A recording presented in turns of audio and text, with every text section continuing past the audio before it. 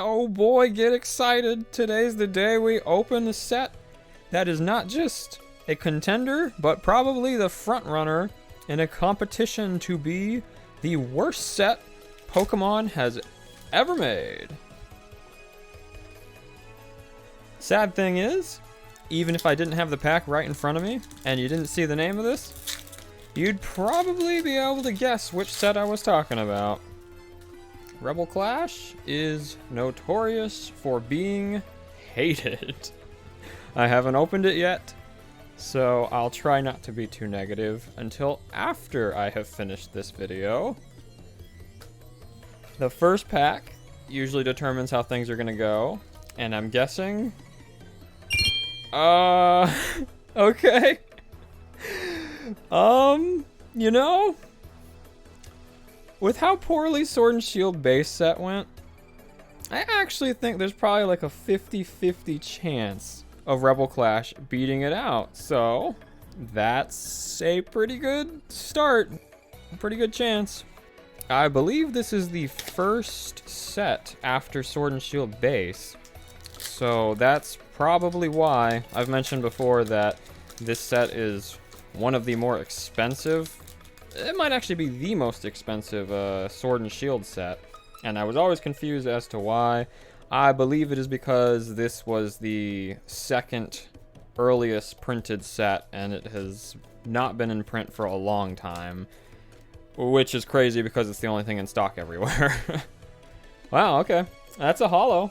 Don't really care for holos too much in this day and age, but you should still count them as hits, apparently. I'm not really too sure what all is in this set. I think it's like a couple gold cards, like a gold trainer card and maybe a Obstagoon gold card. Oh man, I opened it from the front. I'm trying real hard not to show the code card on accident.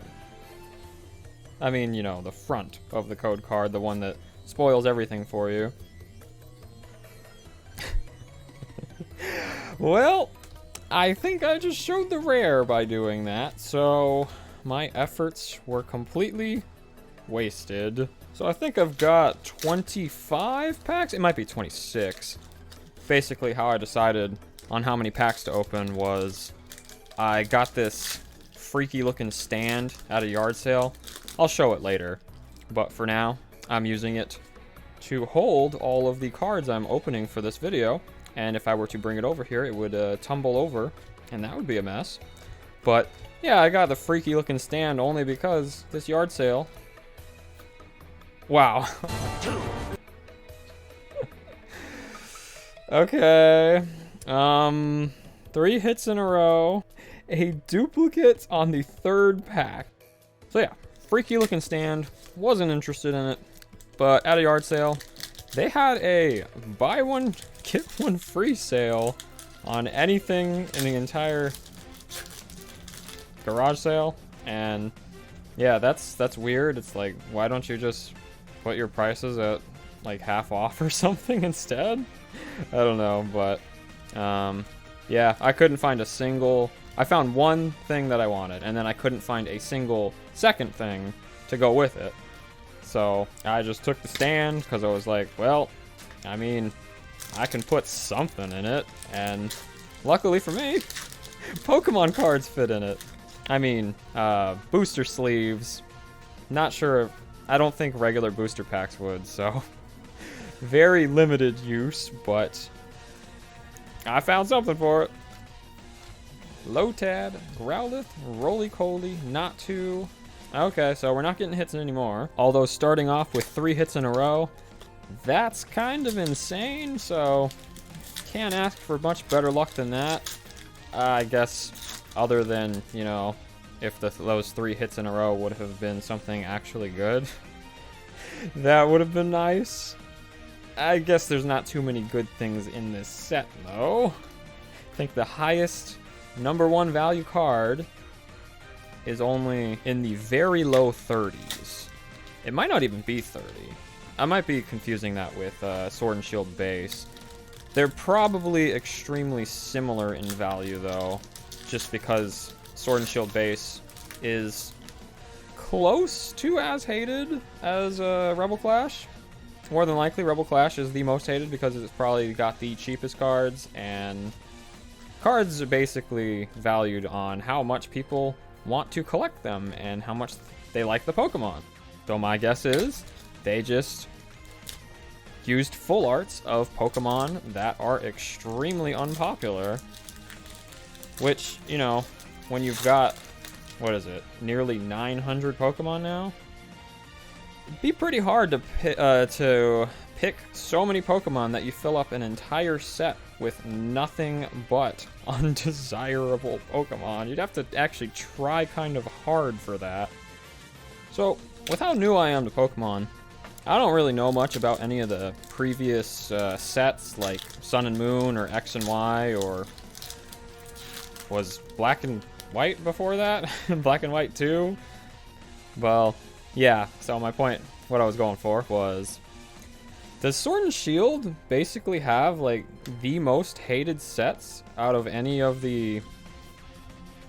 I mean, what do you even call them? Another holo, by the way. But yeah, what do you even call it? Because, I mean, you call, you know, like, Evolving Skies, you call that a set. But then what do you actually call Sword and Shield? Like, you know, I'm talking about the entire era. I guess that's what you call it? The era of Sword and Shield? So yeah, that's a better way of saying it. Is Sword and Shield's era of sets the most hated? Like, it has the most hated out of all of the previous ones? Yeah, let me clarify that I'm asking because of how new I am. I have no idea. But yeah, it just seems to me like there's an awfully large number of hated sets in the Sword and Shield era. You know, like Battle Styles is insanely cheap way after it stopped being printed.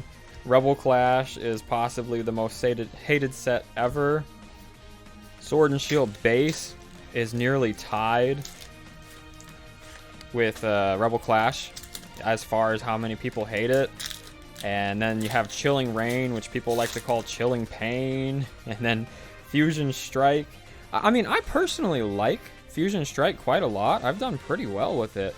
But I'm pretty sure the main way to tell if people don't like it is just based on the prices. And Fusion Strike is just as cheap. Oh, there we go. Got another hit finally. Fusion Strike is just as cheap, if not cheaper, than Battle Styles and Chilling Reign. And people are losing money, like distributors are losing money selling it. I don't know. Maybe prices aren't a good way of gauging how liked or disliked a set is. I don't know why that wouldn't be a good gauge. I mean, it makes sense to me that that would be a way of measuring how liked or disliked the set is. But yeah, I really like Fusion Strike. I'd probably put it in third for me. I think first place would have to go to Evolving Skies. And then second place would probably be Brilliant... Well, yeah, not probably. It would definitely be Brilliant Stars. And then, yeah, I think Fusion Strike would be next. Actually, does Celebrations count as a Sword and Shield set? If it does, then I actually think that would be my number one. So yeah, move everything down a spot then if Celebrations counts. If not, then I don't know where you'd put that. In a subset or something. Yeah, that's the only set I've ever wanted to really complete, like go out of my way to make sure I complete it, which I haven't done yet, but I absolutely am planning on doing that probably pretty soon. It's just that I've made way too many videos on Celebrations, so I need to put some stuff in between, or else people are really gonna get sick of watching me open the same set over and over again. So I will finish it all up in the next video, and then I will never open Celebrations again unless for some weird reason it gets requested, which I seriously doubt. There's a lot of holos in this, but very few full arts. I was having the same thing happen with Sword and Shield base set. So I actually just rearranged my entire room in an attempt to have better lighting.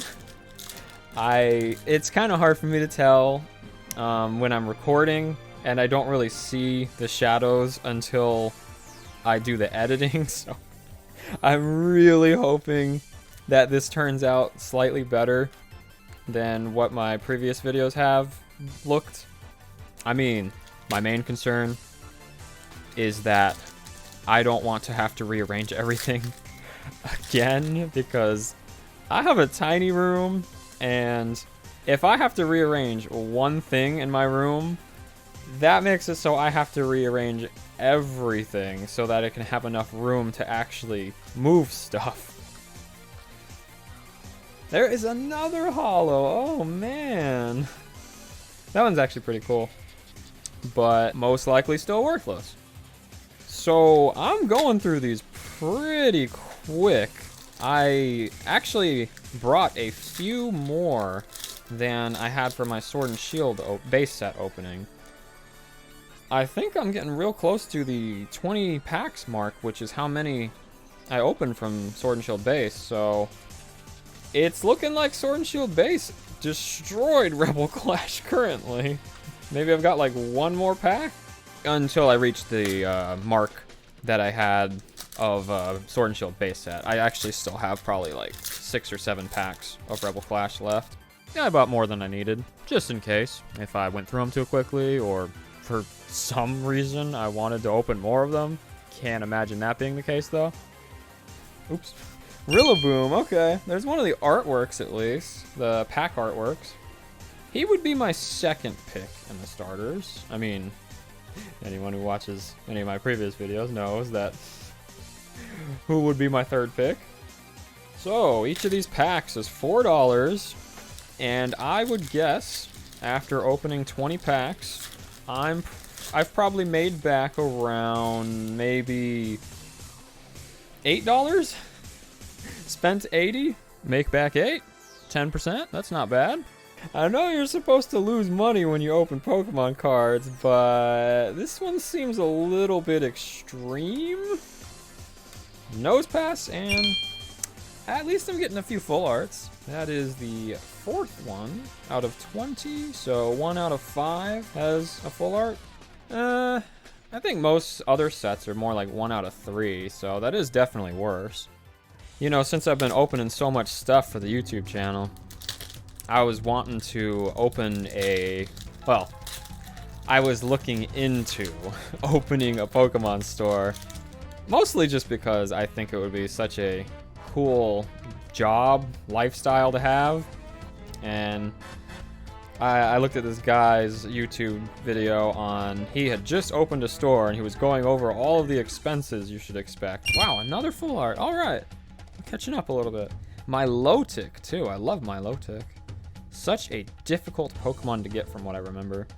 What was it, was it Sapphire? Where there was only one tile on this specific lake that you could catch a Feebas?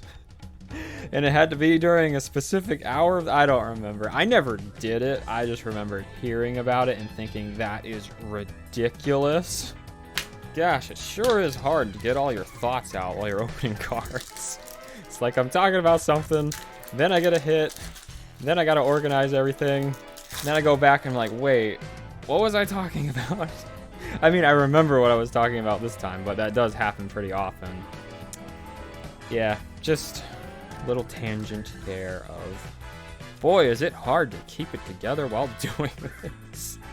Wow, what the heck? Rebel Clash is trying, desperately trying, to give me something, but I'm pretty sure every single one of these is like a $1 to $3 card. All the full arts, I mean, so yeah, probably still maybe breaking the $10 mark. And unfortunately, this is the final pack. I can't imagine getting yet another hit. I've been getting so many, it's just every single one of them is so little value. I can hope for the best. I do tend to have very good endings, but I just can't believe I'd get another hit. So many in a row. So many at the end. Come on, Rebel Clash, this is your last chance to show people you're a good set. Well, I mean, we all knew that wasn't true. I was just trying to do something for you, Rebel Clash, but nope, you had to be like, I ain't a good set, what are you talking about? Well, thank you for reminding us, Rebel Clash, and thank you for watching.